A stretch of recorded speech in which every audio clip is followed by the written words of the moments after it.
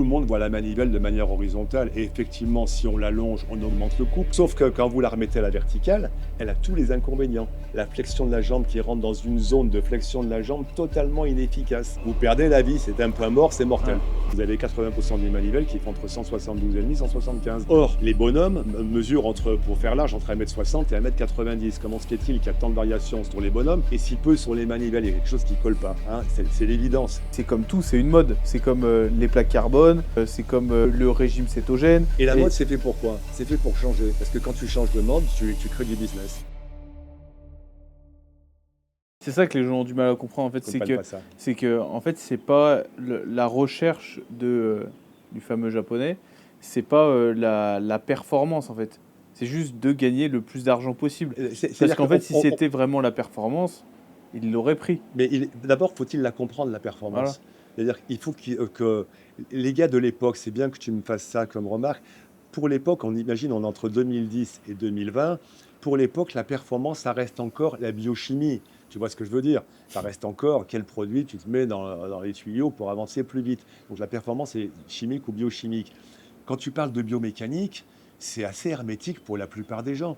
Même quand moi je croyais en parler comme ça, en me disant tout le monde va comprendre, mais en réalité, la biomécanique, il faut donner la définition.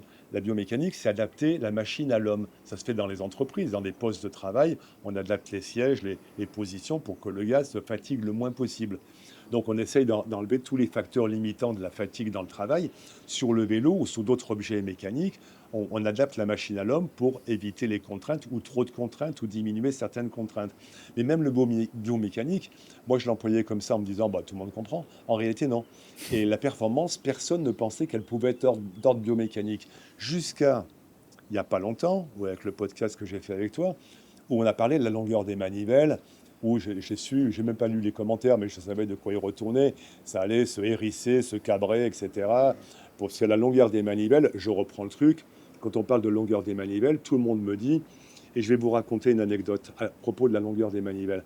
Un coureur très célèbre, mais ancien, me dit un jour, je le rencontre, il me dit, j'ai un copain à moi qui va tenter le record de l'heure. Alors, je ne le cite pas le gars, mais vous allez vite comprendre. Je dis comment il s'appelle et il me donne un nom belge ou néerlandais inconnu. Je disais, tu sais, pour battre ton record dans les mêmes conditions que toi, il faut un moteur, quoi. Des moteurs en ce moment, il y en a peut-être 3 qui peuvent être capables de te battre, quoi. Et c'est pas celui-là. Il me dit oui, mais il a une astuce. Alors là, je me suis dit, ça y est, on recommence avec les astuces du vélo. Je les connais déjà par cœur, mais j'attends quand même poliment qu'il me le dise. Il me dit, il va faire ça avec des manivelles de 225. Pour les gens, quand même, faut montrer ce que c'est une manivelle de 225. La manivelle de 225, c'est long comme ça. Hein. Voilà. La manivelle de 170, c'est ça. 225, c'est ça. Et expliquer que quand tu as 225, quand tu es à la verticale, enfin à l'horizontale, ça va. Non, mais là c'est régal. Là c'est parfait. Là. T'en as trop. Mais par contre, quand tu commences à aller à la verticale, t'en as pas assez. En fait, tu es comme ça, en fait, tu as le genou dans le menton. Le genou dans le menton. Alors, je lui réponds, écoute, ton record va tenir encore longtemps parce que ça, la biomécanique à la mort-moelle neutron, j'allais dire, de ce goût-là, c'est des types qui connaissent rien. Pour dire des âneries pareilles, ils connaissent rien. Et donc, le record n'a pas été battu. Et effectivement, l'histoire de cette manivelle, je la répète une deuxième fois, c'est que tout le monde voit la manivelle de manière horizontale. Et effectivement, si on l'allonge, on augmente le couple. Sauf qu'à cet endroit-là, on n'en a pas besoin de plus de couple. Parce que notre jambe est déjà... La jambe varie sa force de haut en bas. Hein.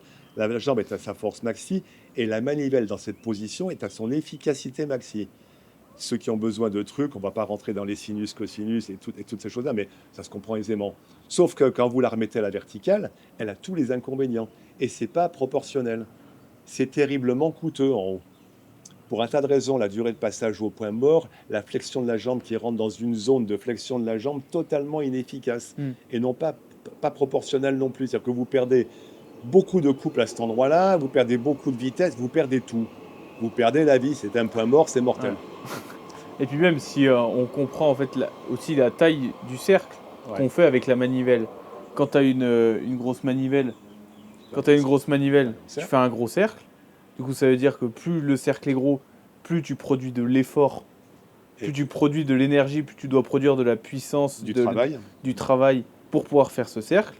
Plus il est petit, moins tu dois en produire. Donc Alors, si tu réfléchis comme ça veut dire... on réfléchit comme ça, mais il y a une notion d'optimum. Oui, c'est pas... Ah oui, ouais, parce que sinon, on réduit encore et c'est voilà, une Ouais, manivelle ouais. d'1 centimètre, on sait bien que ça marche pas. Donc il y a un optimum qui est extrêmement complexe. Dans l'autre podcast, je n'étais pas rentré dans le détail parce que ce n'était pas le but, mais quand on parle de positionnement d'un homme sur le vélo, on a un tas de maintenant, il y a un tas de gens qui positionnent avec quelques équations, des trucs très sophistiqués, des capteurs de partout, surtout des articulations. Mais c'est extrêmement complexe. Les variables sont pas infinies, mais pas loin. Et que donc, in fine, il n'y a pas de vérité révélée. L'idée générale que je proposais à l'époque, c'est qu'il faut les réduire. Parce qu'en fait, le marché des manivelles se situe, vous avez 80% des manivelles qui font entre 172,5 et 175. Or, les bonhommes mesurent, pour faire large, entre 1m60 et 1m90. Comment se fait-il qu'il y a tant de variations sur les bonhommes et si peu sur les manivelles? Il y a quelque chose qui ne colle pas. Hein, c'est l'évidence. Enfin, pour moi, c'est évident en tout cas. Et donc, il faut adapter. Pas pour tout le monde. Pas pour tout le monde, visiblement. Mais toujours les gens, ils voient le bras de levier. Le défaut, c'est qu'on voit le bras de levier à l'horizontale. Mais ce qu'on pourrait te rétorquer sur la longueur des manivelles ou aussi sur le plateau, c'est comme tout, c'est une mode. C'est comme les plaques carbone, c'est comme je sais pas, le régime cétogène, c'est comme c'est tout des modes qui arrivent à des Tu as raison. périodes. Et la mode, c'est fait pour quoi? C'est fait pour changer. Parce que quand tu changes de mode, tu crées du business. Donc un coup, c'est la mode de ceci dans le vélo, un coup, c'est les roues plus grandes, un coup, les roues plus petites, avec des arguments qui sont toujours, pour le moins critiquables, assez loin de la science. Et les gars qui dirigent les boîtes maintenant, c'est beaucoup plus, et pas que dans le vélo, hein. Les gars qui dirigent les boîtes, c'est le marketing qui décide. Et le marketing, il décide de quoi? C'est pas de la création, le marketing. Le marketing cherche à savoir ce que veulent ou peuvent vouloir les gens. Donc, par exemple, quand tu dis maintenant le mot carbone, c'est magique. Mais magique. T'as des frissons dans tous les sens. T'as des frissons, le carbone. Mais en fait, bon, c'est presque risible dans certains cas, quoi, hein. La taille des roues, la taille des plateaux. Alors, là, coup, c'est la mode dans le VTT il y a longtemps. Les plateaux, c'était 28, 38, 42. Puis après, c'était le micro-drive, c'était plus petit. Donc, il faut faire changer le matos. On crée une mode, tout le monde la suit. On met un champion qui utilise ça. Évoque la galère, le business. Et bon, il faut faire du business. OK. Mais moi, je fais plus de business déjà pour commencer. Mais j'ai toujours préféré la science au business. Et la science, dans ce domaine-là, n'est pas si compliquée. Dans la biomécanique, celui qui se pose 2-3 questions, qui aime un peu les maths, qui aime un peu la physique, mais c'est pas la physique quantique, hein, il comprend assez vite. Et d'ailleurs, une autre anecdote, quand je présentais le plateau aux ingénieurs de chez Ferrari, de chez Bugatti, de l'aérospatiale, les mecs, j'avais même pas besoin de leur expliquer. En fait, la problématique, c'est... En fait, il y a aussi la partie, du coup, sponsor qui verrouillait tout. Oui. En fait, tu as aussi la grosse problématique des gens qui ne comprenaient pas, et pas que le grand public. Parce qu'on aurait tendance à dire, c'est le grand public qui ne comprend pas. De le souligner, hein. Même les ingénieurs du vélo, c'est souvent des passionnés de vélo. Et donc, je me suis aperçu a posteriori, la passion était plus forte que la raison. C'est fou, hein. C'est-à-dire qu'ils étaient passionnés, ils avaient fait du vélo petit avec leur papa qui leur avait dit les manivelles c'est comme si, il faut mouliner, tous les trucs qu'on se raconte dans le vélo de génération en génération. Par exemple, l'histoire de la cadence de pédalage, là aussi, c'est devenu à la mode parce que Armstrong avait polarisé tout le monde sur la cadence de pédalage, comme ça il ne se polarisait pas sur autre chose aussi, il était malin le mec, hein. Ouais, il se l'a cadencé, il tourne à 110, on raconte qu'il tourne à 110, quand tu mesures, il n'est pas à 110 du tout. Le mec, il est assis sur la moto, il dit il a 110 tours. Fallait expliquer les perfs. Voilà, on expliquait la perf par la cadence de pédalage. Je me rappelle même une fois, Froome, je crois que je ne sais plus dans quel col c'était, il y avait Quintana derrière lui. C'était dans le Ventoux.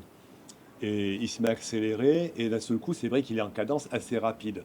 Donc le commentateur dit ouais, il cadence très rapidement, allusion à Armstrong, allusion à dopage. Ouais. On avait compris, quoi, c'était lourd, hein. Il se trouve qu'à posteriori, il était sur la partie, c'était Château-Renard, la partie la plus plate. Il y avait du vent favorable et son dérailleur arrière bloqué, il n'arrivait pas à passer les vitesses. Donc il s'est mis en survitesse parce que ça passait pas. Ça, personne ne le sait. Le journaliste a dit, il fait 110 tours minute, l'allusion à Armstrong, le dopage, c'est vendeur. Voilà. Donc du coup, ouais, il cadence comme Armstrong, donc il est comme Armstrong.